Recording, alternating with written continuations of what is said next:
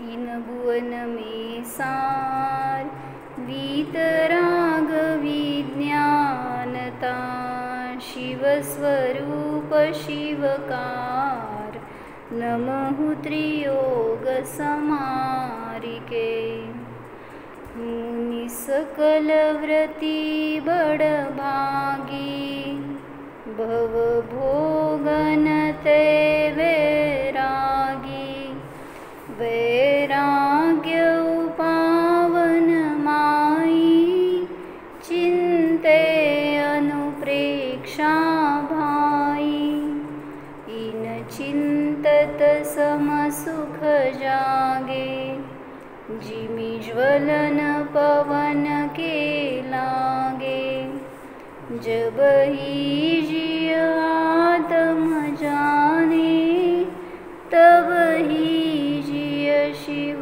सुख ठाने। जय बोलो समस्त भावलिंगी मुनिराजों की जय।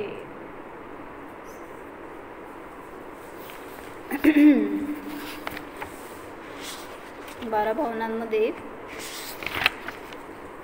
बोधिदुर्लभ भावना बघत होतो आपण. काय सांगितलं?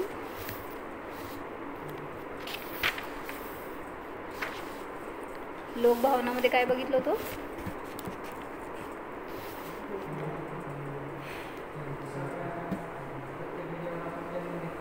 तीन लोकाचं स्वरूप सांगितलं. पहिला कशासाठी सांगितलं? 3 लोक कसं आहे माहिती आहे? दिसला? आपण कुठं आहे? दिसलं? कुठं कुठं जाऊन आलो? दिसलं? तर त्यांनी एक काय सांगितलं उदाहरण, GPS असते ना तुमचं, काय काम करत आहे? लोकेशन दाखवत आहे ना. कशासाठी बघायचं ते? इथं आहे GPS. खरं जिनवाडीमध्ये खरं GPS आहे की तुम्ही कुठल्या कुठल्या लोकेशनला जाऊन आला ना, सगळीकडं रेड डॉट दाखवणार तुम्हाला. सगळंच लाल बुंदच आहे. असं एकही क्षेत्र नाही आहे लोकामध्ये की जिथं आपण नाही गेलो. सिद्धशिलेवर गेला होता का हो? निगोदी होऊन जाऊन आलो तिथं. पण काय बघायचं राहिलं नाही आता. आपण कुठं कुठं जायचं फिरायला? इकडं तिकडं जायचं, तिकडं इकडं जायचं, सगळीकडं बघायचं फिरायचं. हेच आहे ना. फिरून बघून काय नवीन दिसतं? म्हणजे असं एक अट्रॅक्शन असते ना, ते संपेल थोडंसं एज, थोडं कुठं गेलं की संपत. पण एकदा ते क्रेज असते ना, काय इथलं फुलं पानं आणि त्या कुठं जातात बघायला? कुठं गेले ते आता हे सगळे? जम्मू काश्मीरला काहीतरी तिथं होतं ना मध्ये, फ्लावर फेस्टिवल का काहीतरी म्हणतात तसलं. नाही रे, ते इथल्या इथं झालं. हे सगळे गेले होते तिथं नॉर्थ इंडियामध्ये. हां, कुठं? मनाली. तुला बरं माहीत आहे. तर म्हणजे असं तिथं जाऊन बघायचं. काय वेगळं असणार आहे? थोडेसे रंग वेगळे असतील, थोडा आकार वेगळा असणार, गंध वेगळा असणार. काय त्यातून किती आनंद मिळणार आहे? म्हणजे जी आनंदाची गोष्ट आहे ती कुठं आहे आणि कुठं शोधतोय आपण? म्हणजे काय म्हणायचं, साखर घेऊन तिथं जाऊन टेस्ट करायची आणि आनंद आला म्हणायचं. शाणं काय एवढं?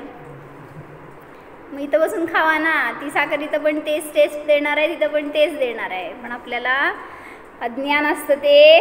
म्हणून त्यांनी एक वाक्य छान सांगितलं, तुम्ही काय आणलं नाही लिहायला. जिथं अज्ञान आहे तिथं आसक्ती आहे, जिथं आसक्ती आहे तिथं भवभ्रमण आहे. काय कळलं म्हण?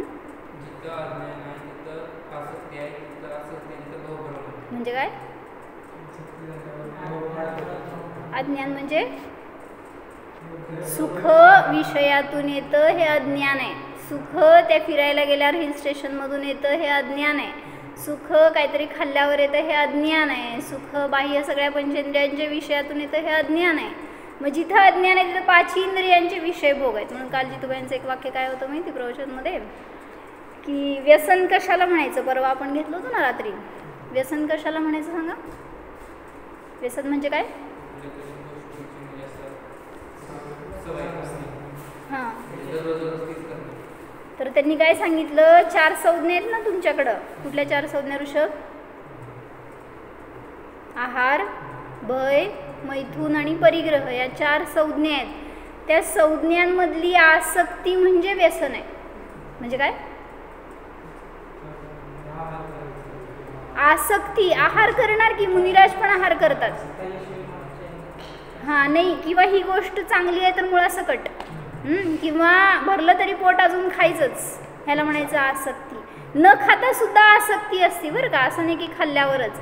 खाऊन पोट भरलं तरी अजून खायची आसक्ती असते. त्या डब्यातलं अजून संपलं नाही म्हणल्यावर अजून खायचं. किंवा संपलं तरी संपलं म्हणून आसक्ती. जसं लहानपणी भेंडीची भाजी लय आवडते सगळ्यांना, बरोबर आहे, हो म्हणते. तर ते घरात 4 जण भाऊ बहिणी होते आणि एकाला खूप आवडायची, सगळ्यांनाच आवडायची ॲक्च्युली, पण ते सगळ्यांना मिळू नये, आपल्याला कमी पडू नये म्हणून पहिल्यांदा काढून ठेवायची. असं काहीतरी लोक त्याला म्हणायचं आसक्ती. म्हणजे कुठल्याही विषयाचा भोग घेताना आपण त्याच्यामध्ये आसक्त होणं, याला म्हणायचं व्यसन. काय म्हणले मामा, आपण व्यसनी आहे का निर्व्यसनी? मामा, व्यसनी आहात का निर्व्यसनी आहात? व्यसन कशाला म्हणलं? मला हे खायला पाहिजेच, हे असंच पाहिजे, ह्याला म्हणायचं व्यसन. जसं असेल तसं मुनिराज खातात, त्यांना त्याच्यामध्ये काय नाही आहे. जसं मागं सांगितलं होते ना, तो राजा होता आणि त्यांनी दीक्षा घेतली, तर दीक्षा घेतल्यावर राजसी सुख भोगत होता पूर्वी, आणि आज दीक्षा घेऊन सामायिकाला बसतोय आणि काय म्हणतोय? अहो सुखम, अहो सुखम. ध्यानाला बसलाय बरं का. नवीन दीक्षित आहेत म्हणल्यावर बाकीचे सगळे मुनी जाऊन आचार्यांना सांगतात की हा जेवण करून आलाय आणि म्हणतोय अहो सुखम, अहो सुखम. मग आचार्यांनी बोलवलं त्यांना आणि विचारलं काय जेवला आज वगैरे. तर त्यांना त्याच्याबद्दल काय असं बोलायची पण लई इच्छा नव्हती, पण तरी आचार्यांना सांगायचं म्हणून सगळं सांगितलं. मग आचार्यांनी विचारलं की तुम्हाला काय इच्छा आहे का काय खायची, असं पाहिजे तसं पाहिजे? तुम्हाला आता राजसी भोग आठवतात का? तिथलं राजवाड्यात जे काय जेवत होतं ते आठवत आहे का? तर मुनिराज त्याच्याबद्दल काहीच नाही बोलले. मग ह्याच्यावरनं आचार्यांनाच कळालं की ते कशासाठी म्हणत होते. कशासाठी म्हणत होते? जेव्हा ध्यान केलं तेव्हा त्यांना जो आनंद आला ना, तो त्या राजवाड्यात नव्हता आला. म्हणून ते आज म्हणत होते काय सुख आहे हे, असं सुख मला कधी त्या वैभवात राहताना त्या सगळ्या पंचपक्वांना त्या इतक्या मोठ्या काय म्हणायचं सगळे डिश बनवत होते, एवढं सगळं खात असताना मला भोगत असताना नव्हता आला. पण आज जो आनंद आलाय तो म्हणा बघू एकदा, अहो सुखम. असं ध्यान केल्यावर म्हणणार तुम्ही. आता कसं म्हणणार? म्हणा वृषभ. कसं म्हणणार? जाणायचं असंच लगे तिथं की मी जाणणारा जीव आहे, बस अहो सुखम. तर त्यांनी त्याच्यावरनं म्हटलं हे त्या सगळ्या आचार्यांनी सगळ्या इतर मुनींना सांगितलं, म्हणजे त्यांना त्या विषय भोगांची इच्छा नव्हती. तर म्हणलं जो या संज्ञांमध्ये आसक्त होणार तर तिथं तो व्यसनी होतो. कशासाठी सांगत होते? हां, म्हणजे आपल्याला सगळं पाहायची इच्छा आहे ना, इकडं तिकडं फिरायची इच्छा आहे, काय ना काय नवीन नवीन बघायची इच्छा आहे. म्हणजेच कुठल्या संज्ञेमध्ये अडकला सांगा?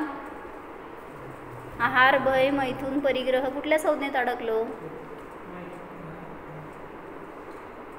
मैथून म्हणा चालते, कारण 5 इंद्रियांचं ब्रह्म म्हणजे मैथूनच आहे. मैथून म्हणजे 5ही इंद्रियांच्या विषय भोगामध्ये तीव्रतेने भोग घेणे किंवा पराशी अटॅच राहणे. माझं जीवन परामुळे आहे, माझं सुख परामुळे आहे, ही जितकी भावना आहे ना त्याला म्हणायचं मैथून संज्ञा. जसं पती पत्नीमध्ये आसक्ती आहे, जसं इतर कुठल्या गोष्टींमध्ये मला आत्ता पण सांगितल्यासारखं असंच ऐकायला पाहिजे, असं खायला पाहिजे, असं दिसायला पाहिजे, ही सगळी आसक्ती म्हणजे सुद्धा 2 मध्ये अडकलेला भाव आहे तो. मग ती संज्ञा आहे तोपर्यंत परिग्रह राहणार, परिग्रह आहे तर आसक्ती राहणार, आणि तोपर्यंत भ्रमण राहणार. तर त्यासाठी सांगतायत की असं तुम्ही लोकामध्ये सगळीकडं फिरून आलाय, सगळीकडं भ्रमण झालंय, पण कधी सुखी झाला नाही हा जीव. म्हणून सुख पाहिजे असेल तर कुठं जावा? आता भ्रमंती थांबवा आणि स्वतःमध्ये या. जसं त्यांनी सांगितलं काल की एखादा मरणारा जीव आहे, जस्ट मरणारा असा मरणासन्न जीव आहे, आणि त्याला सांगितलं की तुला मी 10 करोडचा हिऱ्यांचा हार देणार आहे. तो काय म्हणणार आहे? काय म्हणणार आहे? हां, द्या म्हणणार आहे. मरताय का रे बिचारा? मग काय जीवन द्यायला लागलेत का काय? आत्ता मरणार आहे असं क्षणात. त्याला काय काय दिसणार आहे समोर? हे भोगायचंय, ते भोगायचंय, काय नाही सांगितलंय डॉक्टरांनी, बस काही क्षणाचा माणूस आहेस तू म्हणून. मग तिथं काय विचार येणार? काय म्हणते? जिवंत असताना दिला नाही, आता कशाला देता म्हणतोय का? बरं जाऊ दे, देत आहे त्यांनी काय म्हणतो ते सांग. भांडत बसतो का काय? ते भांडायला तर वेळ आहे का? काय मामा मरायला टेकलोय आणि काही क्षण राहिलेत आणि कोणीतरी तुम्हाला लाख रुपये हातात दिले, घ्या तुमचे, काय करणार? नको मला. किती सरळ सरळ. आत्ता दिल्यावर द्या द्या म्हणायचं का?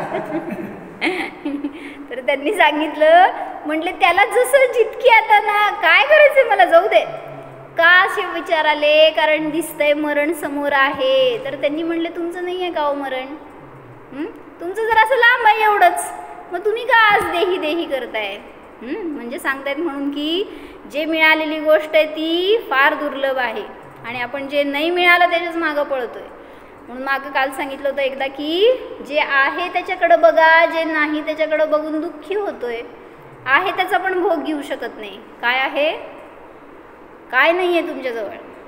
जसं एक भिकारी होता आणि त्याला रडत होता तो रस्त्यावर बसून, मला देवाने काहीच दिलं नाही, किती मला दुःख आहे, किती मला त्रास आहे, काहीच नाही आहे हातामध्ये. तर तिथून एक फकीर चालला होता.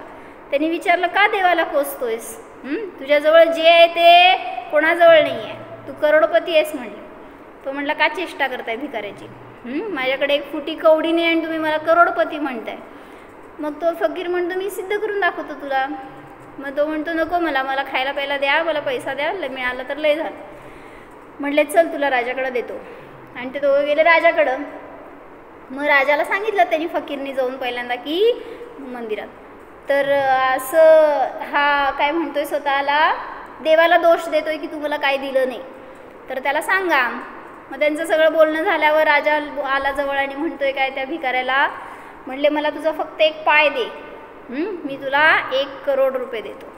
किती देतो का? म्हणला विचार करतोय. म्हणला दुसरा पाय दिलास तर 2 करोड रुपये देतो म्हणले राजा. म्हणला नाही. म्हणला तू मला तुझा 1 डोळा दे, तुला 10 करोड देतो. 2 डोळे दे, 20 करोड देतो. काय काय देतो ना, सगळ्याची करोडोमध्ये किंमत मी देतो तुला. आता तो भिकारी काय म्हणतोय, म्हणजे आता त्याला भावभासना होतीये की तुझ्याकडं करोडो रुपयाचे अवयव आहेत, जे काय मिळालंय ना तुला, संपत्ती आहे ती. आणि आपण काय म्हणतोय, देवाने मला काही दिलंच नाही. काय देतो देव? जो देतो तो देव नसतो. म्हणून देवाकडं मागायला जाऊ नका. काय काय मागतो? फारच देवा मला पास कर ये. म्हणून कधी देवाकडं मागायला जाऊ नकात. देव देणारा नसतो. म्हणून आपल्याकडं जे आहे ते सगळं दुर्मिळ आहे, सगळं दुर्लभ आहे. जे इतरांना मिळालं नाही ते आपल्याला मिळालेलं आहे. त्यामुळं त्याचं व्हॅल्यू समजून घ्या आणि त्याचा आनंद घ्या. म्हणजे त्याच्याद्वारे आपल्याला आपल्यापर्यंत जाता येतं. म्हणजे मिळालेली आपल्याला ती अनमोल देण आहे. एक पुस्तक तुम्ही ऋषभ ते मागं दे, तसंच उचलून थांब की, तसंच दे मागं त्यांना. तुम्ही दोघं बघा मागं पारस.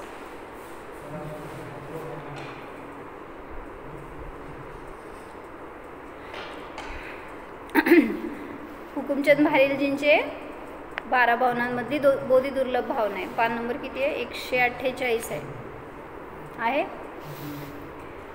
इंद्रियों के भोग एवं भोगने की भावना है सुलभ सब दुर्लभ नहीं है इन सभी का पावना है महादुर्लभ आत्मा को जानना पहचानना है महादुर्लभ आत्मा की साधना आराधना.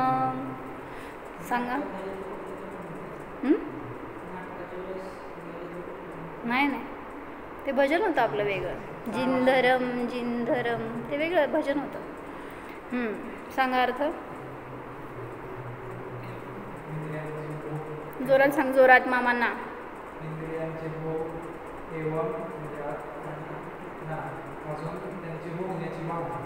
भोग आणि भोगाची भावना नहीं है इन सभी का पावना. म्हणजे हे दुर्लभ नाही आहे, कोणाला नाही मिळालं, भिकाऱ्यांना मिळालं नाही का, सगळं खायला प्यायला मिळते, राहायला मिळते, काय भोग नाही मिळाले त्यांना, सगळे भोग सगळ्यांना मिळतात. कितीही गरीब असू दे, कितीही श्रीमंत असू देत, खायचं 2 टाईम खातात, पितात, झोपतात, सगळी चर्या आपल्यासारखी आहे. बॉलिवूडवर काय करते तो, त्यांचं वेगळं असतं का पोट? हां, क्रिकेटर्स म्हणा, स्टार्स म्हणा, त्यांना काय त्यांचं रुटीन काय वेगळं असतं. सगळं तुमच्यासारखंच आहे ना, रात्री झोपा, सकाळी उठा, खावा प्या, जावा, काम करा, परत येऊन झोपा, ह्याच्यापेक्षा दुसरं काय असतं? म्हणजे भोग तर सगळ्यांना समान मिळालेत, त्याच्यामध्ये काही दुर्लभता नाही आहे. तर हे सुलभ सब दुर्लभ नाही है इन सभी का पावना. म्हणून तुम्ही ह्याच्यासाठी काय प्रयत्न करू नका, हे काय दुर्लभ गोष्ट नाही आहे. जसं सांगितलं की एक ऋषी होते, असंच तपस्वी, तर ते काहीतरी एक सिद्धी करण्यासाठी तप करत होते एका नदीच्या किनारी बसून, आणि जवळपास त्यांना 12 वर्षांनी एक सिद्धी प्राप्त झाली. तर ते त्यांचे गुरु होते कोणीतरी, त्यांना सांगायला गेले की मला किती मोठी रिद्धी प्राप्त झाली सिद्धी प्राप्त झाली म्हणून. मग गुरूंनी विचारलं काय प्राप्त झालं, तर त्यांनी सांगितलं, म्हणले मी 12 वर्ष तपस्या केली तर मला त्याचं फळ मिळाले, मी पाण्यावरून चालू शकतो. ग्रेट आहे का नाही? काय जय, छान आहे का नाही?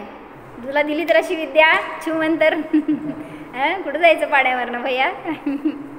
तर त्यांनी सांगितलं की मी किती मोठी तपस्या केली आणि मला अशी उपलब्धी झाली आहे. गुरूंनी काय केलं, म्हणले 4 आणे दिलं तर त्या नावेत बसून कोणीतरी तिकडं सोडत आहे, एवढ्यासाठी तू 12 वर्ष का घालवलीस?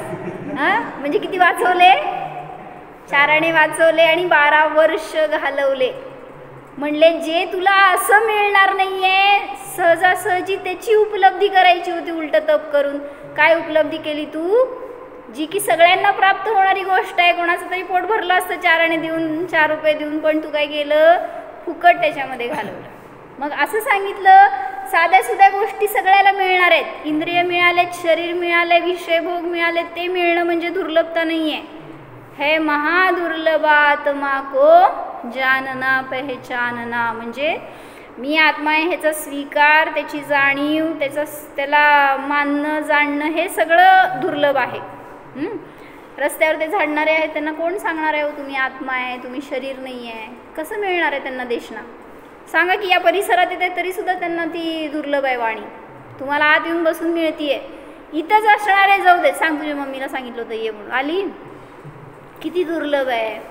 म्हणजे आपण आपल्या घरातल्याचं सुद्धा कल्याण करू शकत नाही, हे मला फार जाणवतं. तुम्हाला किती जाणवतं मला माहीत नाही, कारण मी सगळ्याला सांगते जॉईन करत जावा, ऐकत जावा, वाचत जावा. घरात आपण इतकं वाचत नसतो माहिती आहे मला. जाऊ दे, तुम्ही इतरांचं ऐका, कोणाचं ज्याचं पटतंय, चांगलं वाटतंय, पण तेवढा उपयोग तरी राहतो ना. पारस पण कसा आला, ओढून ओढून आला नाही ना, खरं खरं जे कसं आला, ढकललं का कोण? सिमरननी.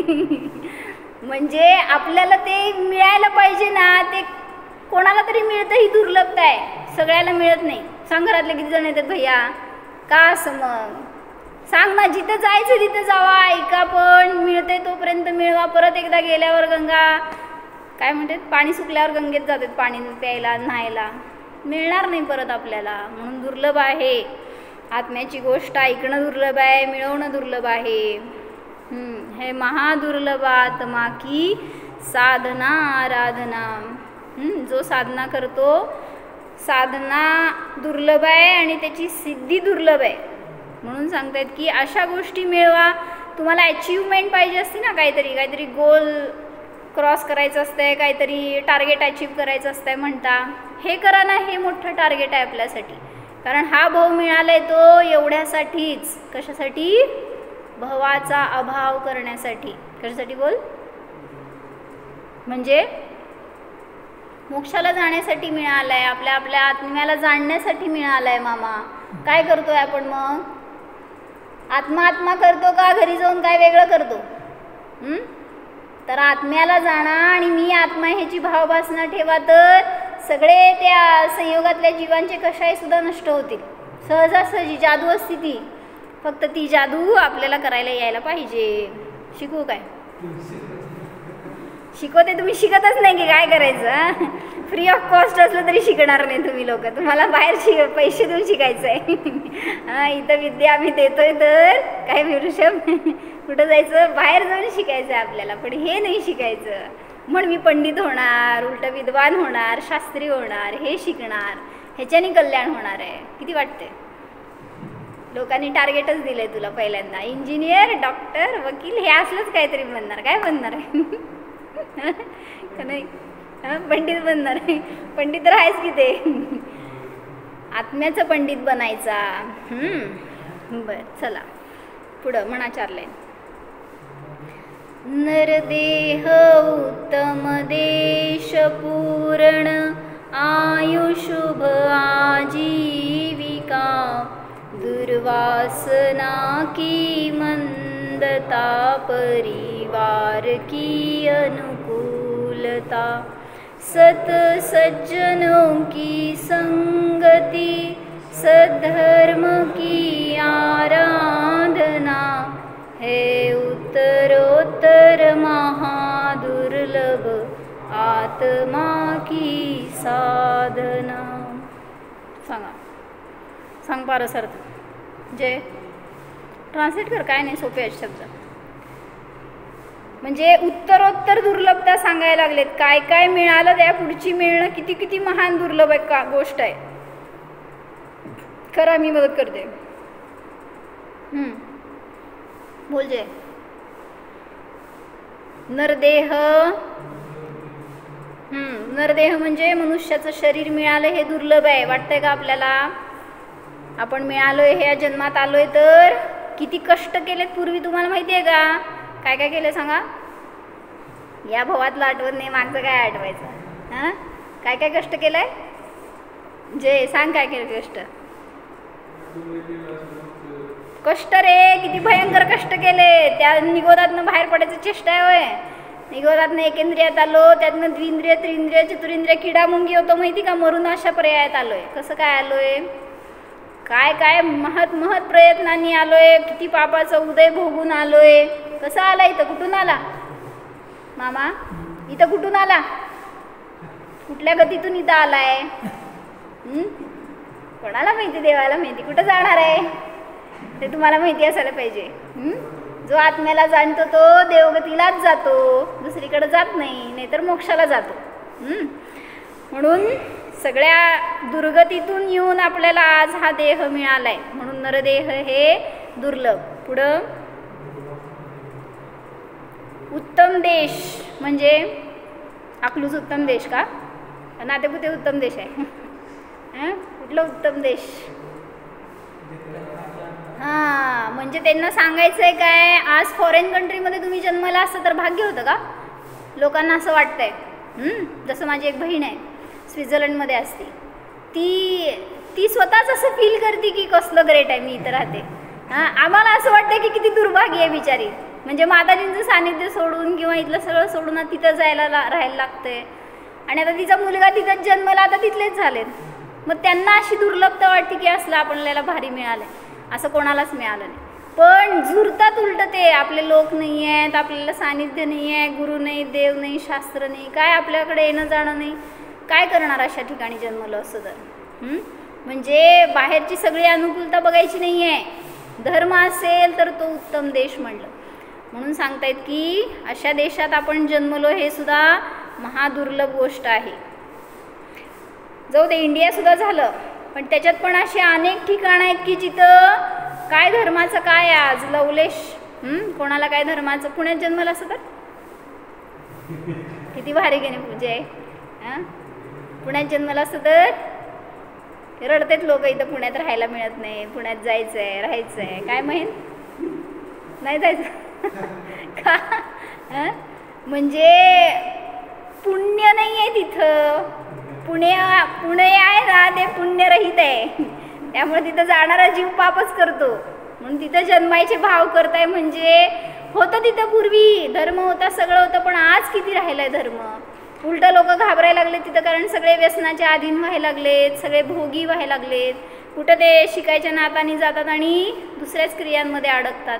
त्यामुळं सांगितलं अशा ठिकाणी जिथं की वाणी सतत कानावर ऐकायला मिळते असा देश मिळालाय तुम्हाला. म्हणजे किती भाग्याची गोष्ट आहे.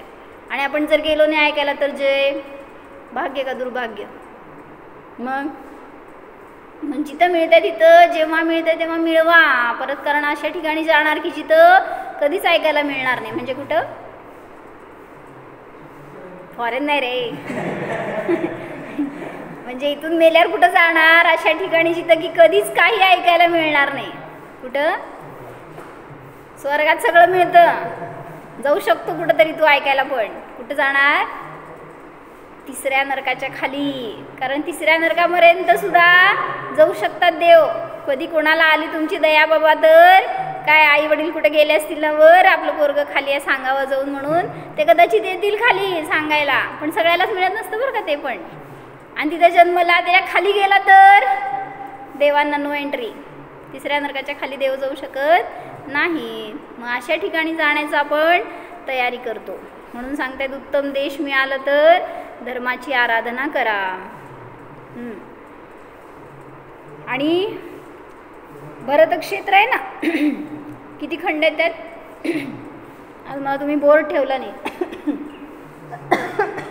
बरं जाऊ दे, तुम्हाला पण घ्यायचं नाही. काय सांगितले? किती खंड आहेत? कुठले 6 खंड? त्याला नाव नाही आहे, फक्त डिफरन्स आहे. 5 म्लेंछ खंड आणि 1 आर्यखंड आहे. तुम्ही कुठं आहे? कुठं आहे माहीत आहे का? असेल कुठं तर काय करायचं आहे? म्हणजे 5 म्लेंछ खंडांमध्ये जन्मला नाही हे सुद्धा भाग्य आहे तुमचं. का? तिथं पण सगळे म्लेंछ जीव असतात. शब्दावरूनच कसलं तर वाटतं की नाही? म्लेंछ म्हणजे काय असतं? हां नाही रे, नाही, ते खूप भोगभूमीतले झाले.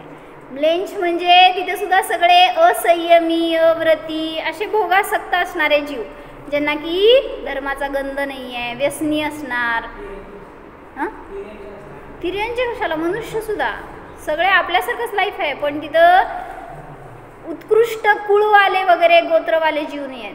असे हीनवाले सगळे हीन, तुम्ही आत्ता जे बघत असाल ते हीन लोक, तशा टाईपचे लोक सगळे तिथे असणार.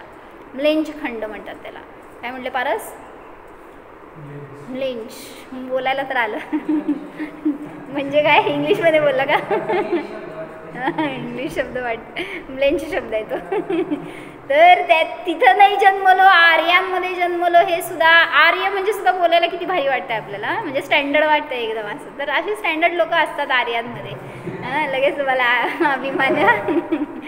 तर अशा ठिकाणी जन्मलो म्हणजे उत्तम देश मिळाला आपल्याला, ही दुर्लभ गोष्ट आहे.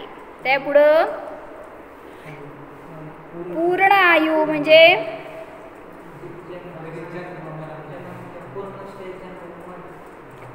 जन्म झाला की मरतात लोक, किंवा अल्पायुमध्ये मरतात, किंवा रोग येऊन काहीतरी अटॅक येऊन लगेच मरतात. असं तर मिळालं नाही आहे.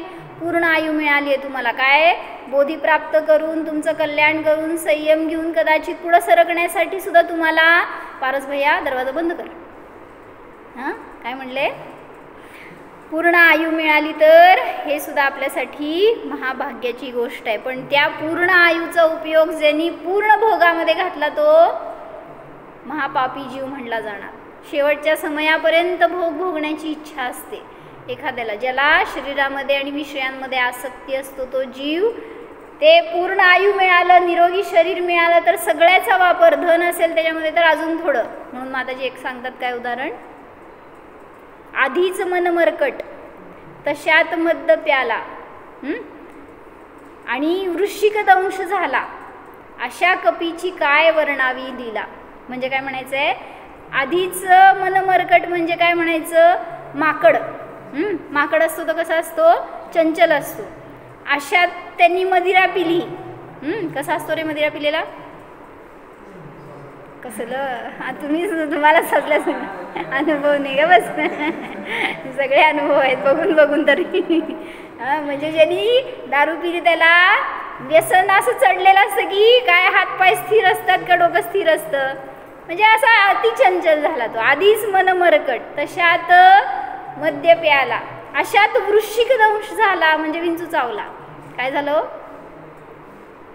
म्हणजे अजून थोडं त्याची चंचलता वाढली. मग अशा त्या कपीची काय वर्णावी लीला. म्हणजे तो काय स्थिर राहणार आहे का काय त्याला ग्रहण होणार आहे. म्हणून सांगायचं की असंच आपल्याला सुद्धा मिळालेलं मन आहे ते किती अस्थिर आहे, त्याला स्थिर करायची विद्यासुद्धा आपल्याकडं आहे, पण आपण ती जर नाही केलो तर पूर्ण आयु मिळून सुद्धा आपल्याला फायदा नाही. म्हणजे हे सगळ्यांना मिळालं, नरदेह मिळालं, उत्तम देश मिळाला, पण आयु अल्प मिळाली तर अनेक जण बघितलो आपण की असतील कोण कोण एक्झाम्पल आपल्या डोळ्यासमोर की ते अल्प आयुमध्ये गेले. जसं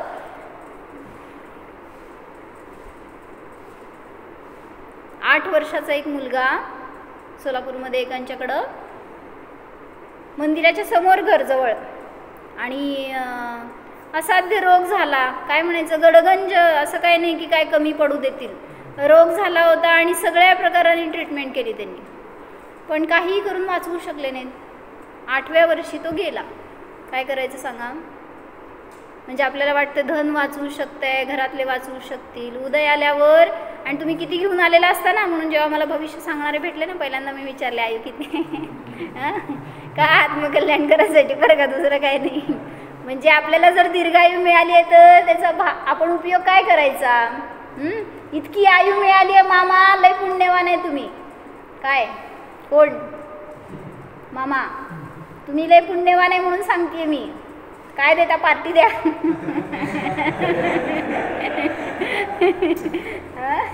म्हणजे इतकी आयु आहेत ना, सगळ्यांना मिळणार आहे की नाही कोणाला माहिती. म्हणून दीर्घायू मिळणं सुद्धा महाभाग्याची गोष्ट असते, कारण लोक लवकर मरायचा प्रयत्न करतात. कुठं जाणार सांग मरून? म्हणजे एका मुनींना साधना करताना काय म्हणायचं तर त्यांना ज्ञान नसेल असं काय, तर ते वाट बघतायत कधी जीव जातोय, कधी मला याच्यातनं मुक्ती मिळते. तर त्याला गुरुनी म्हणलं की असे भाव करणं पण चुकीचं आहे. का? कारण म्हणले आज तू मुनी झालायस, तुला साधना करायचं चान्स आहे, आत्म्याला जाण, तर 6व्या 7व्या गुणस्थानात जातोयस, आणि इथून मेल्यावर कुठं जाणार? ठीक आहे, देवगतीला जाणार नियमाने, पण 4थ्या गुणस्थानाच्या वर जाऊ शकत नाही. म्हणजे वीरसागरजी महाराजांनी इथं तप केलं, 6व्या 7व्या गुणस्थानामध्ये झुलणारे ते मुनी, सतत आत्म्याच्या अनुभवामध्ये राहणारे, इथून गेले देवगतीला. तिथं जाऊन जन्मल्यावर तिथलं गुणस्थान, म्हणजे तुम्ही इथं आज नियम कराल, संयम कराल, पण त्या जीवाला तिथं संयम करता येत नाही. म्हणजे उलट इथलं आयु कमी करून तिथं जन्मून आपण भोगात घालवणार, आणि नियोग असतो तिथं गेल्यावर तुम्हाला सगळे वैभव मिळणार, देव्या मिळणार, भवन मिळणार, सगळं ऐश्वर, वृद्धी, सगळं सगळं मिळणार, आणि दुर्लभ असा जीव असतो की जो त्यात अडकत नाही. म्हणजे आपल्याला मिळालं ते भोग, तर आपण काय करणार? इथं द्या म्हण की फारच, इथं गेल्यावर मेल्यावर काय करायचं आहे? म्हणजे इथं जर मिळालं तर आपण ते भोगायला सुद्धा कमी करणार नाही. म्हणून सांगतायत काय, पूर्ण आयु मिळाली आहे तर त्याचा परिपूर्ण वापर आपण आत्म्याला जाणण्यासाठी करा. नरदेह उत्तम देश पूर्ण आयु शुभ आजीविका, म्हणजे खाली लिहिले, वाचा तिथं काय लिहिलंय, परिपूर्ण आयुची प्राप्ती होणे. भैया दे की पुस्तक तिला, त्यांना दे पुस्तक, आहे की पुस्तक आहे तिथे. परिपूर्ण आयुची प्राप्ती होणे, न्याय उपात्त अहिंसक आजीविकेचे साधन उपलब्ध होणे दुर्लभ आहे. म्हणजे शुभ आजीविका म्हणजे मेडिकलचं दुकान असलं तर, मेडिकलचं दुकान असलं तर कोणाचं नाही नाही तर हां, शुभ आजीविका नाही ती. म्हणजे ज्याच्यातून आपल्याला हिंसा होईल, किंवा काहीतरी कसलं खताचं दुकान, ते सुद्धा सांगितलं. उलटं त्याच्यात खतच आहे ना तुमच्याकडं? नाही ना? काय रे भैया तुझ्याकडं? किराणा आहे होय, बरं, त्यात पण असते बरं का, दोष असं नाही, पण आपलं जाऊ देत, अन्यपेक्षा सगळ्यात आहे ना. म्हणून सगळं सोडून असं करायचं असतं ध्यान. ते सगळ्यात बेस्ट आहे. भाव ठेवा, जेवढे उत्कृष्ट भाव करतो, काल सांगितलं त्याचं फळ आपल्याला मिळतं. मग आमच्याकडं पण एक जण आले असंच, म्हणजे आमचं म्हणजे वडिलांचं फॅक्टरी आहे कशाची, ॲल्युमिनियम बर्तन आहेत, बनवतात ते. मग असं ते वडील कधी असं म्हणायचे, माझ्याकडनं काय पाप होणार आहे, ह्याच्यातनं काय पाप होतं आहे, बर्तनच बनवतो ना आम्ही, काय त्याच्यामध्ये पाप व्हाय सगळं. जसं मेडिकल शॉपमध्ये जर तुम्ही काय ते औषधं विकलात तर पाप होईल, जर असं त्यात पाप घातलेलं असतं ना. म्हणजे बनवताना सगळी पापाचीच विद्या असते ती. त्यामुळं मग ह्यांना वाटायचं की कुठं काय ह्याच्यात पाप होतं आहे. मग ते अम्मांकडे आल्यावर अम्मांनी समजावून सांगितलं, म्हणले प्रत्येक धंदा प्रत्येक व्यापार करतात त्यात हेच भाव ठेवा की हे पाप करतोय आपण. का? कारण तुम्ही बनवलेले बर्तन कोणाच्या घरी जाणार, त्यांनी काय बनवणार, त्यात अभक्ष शिजवलं, काय झालं. म्हणजे आहे सगळीकडे दोष आहे, फक्त आपण भावना एवढी करू शकतो की ह्याचा व्यापार चांगल्या क्रियेसाठी व्हावा. म्हणून मागे एकदा उदाहरण दिलं होतं ना, एकांचं टायरचं दुकान होतं. सांग, टायरच्या दुकानामध्ये काय पाप आहे का? नाही म्हणू नका लगेच. थांब, नाही बनवायचं बिनवायचं काय नाही. जे हां, तर त्या आहेत एक जण असंच टायरवाले.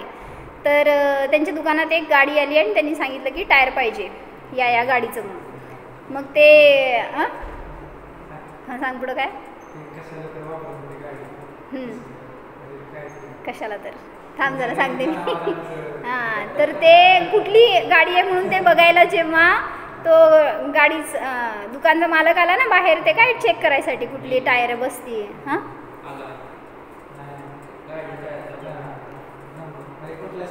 हां, साईज म्हण टाईप म्हण काय असं बघायला तो बाहेर आला मालक, आणि त्याला कळलं की गाडीमध्ये त्यांनी प्राणी घेऊन चालले होते कत्तलखान्याला.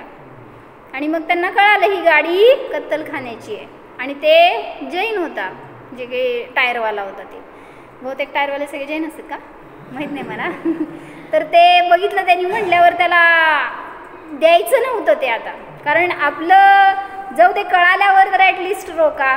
माहीत नसताना ते काय घेऊन जातील वापरतील ती गोष्ट आपल्याला पण थांबवू नाही शकत. पण जेव्हा कळालं आहे ना, तर त्यांनी सांगितलं माझ्याकडे हे टायर नाही आहे. लॉस केलं का नाही सांग, स्वतःचं लॉस करून घेतलं का नाही त्यांनी. शाण आहे का येडा आहे? शाण आहे ते शाण आहे, आपण येडे आहेत सगळे.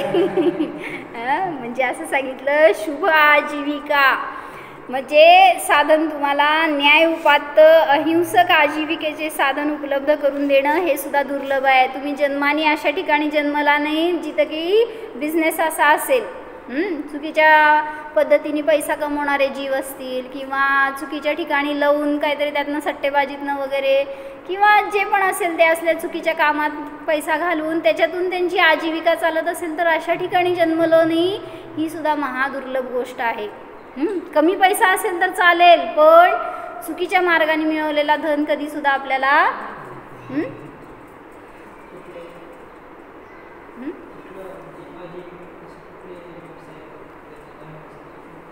अहिंसक आहे असं ना, शोधावं लागेल बाबा. म्हणूनच सांगितलं ना, आपलं देवादेवा करणं लय छान. कपडे तर कसं बनवतात माहित आहे का? जाऊ दे सोड, तसलं ठेवायचं नव्हे. ही साडी सुद्धा बनवतात ना, तुला सांगू का? ते जाऊ दे, सगळं सोडून द्यावं लागेल तुम्हाला. म्हणजे ते आळंदकर काका आहेत ना सोलापूरचे, ते सांगतात की ते कपड्याच्या फॅक्टरीमध्ये होते आणि त्यांना ते तागे जे धरावे लागायचे ना, पास होतात ना ते मशीनमधनं, तर त्यांना कातड्याची लेस का काय तसलं धरावं लागतं एके ठिकाणी जिथे की ते पास होते. आता ते कशासाठी वगैरे एवढं लय माहीत नाही आपल्याला, पण आहे सगळ्याच कार्यामध्ये कुठं ना कुठं तसं असतं. म्हणून जेवढं कमीत कमी किंवा डायरेक्टली होणार नाही एवढं तरी टाळण्यासारखी गोष्ट असावी जिथं कुठं आपण पैसा कमवणार, जेणेकरून तो पैसासुद्धा दुसऱ्याच्या हातात असा जाऊ नये की ज्याचा वापर चुकीचा व्हावा. काय म्हणतो हाय ते तुमचा पैसा सगळा फॉरेनमध्ये जातो माहिती आहे का? ते फॉरेनचे लोक काय करतात हो, IT इंजिनियरचा पैसा चांगला असतो म्हणते, उगीच आपला पुण्य कमवतो.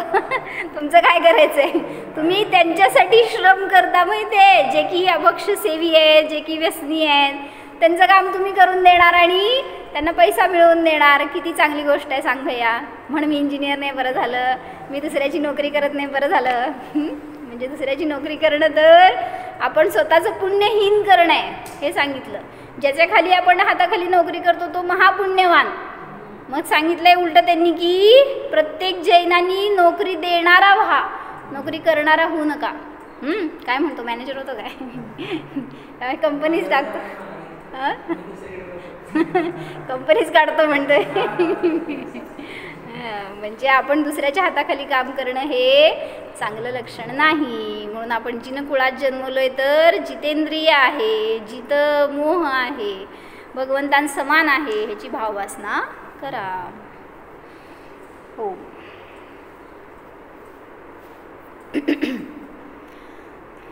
जाणा हा मी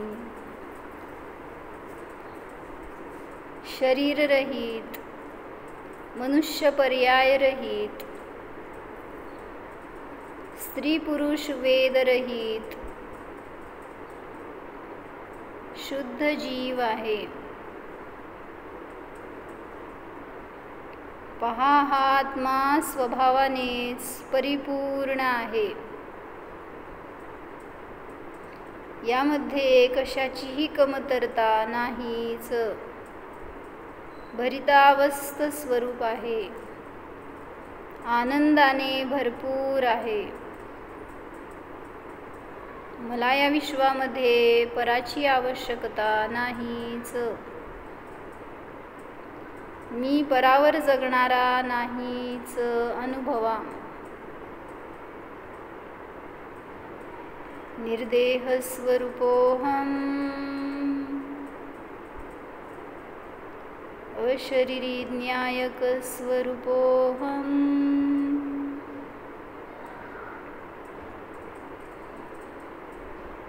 शुद्धोऽहम्. ओम.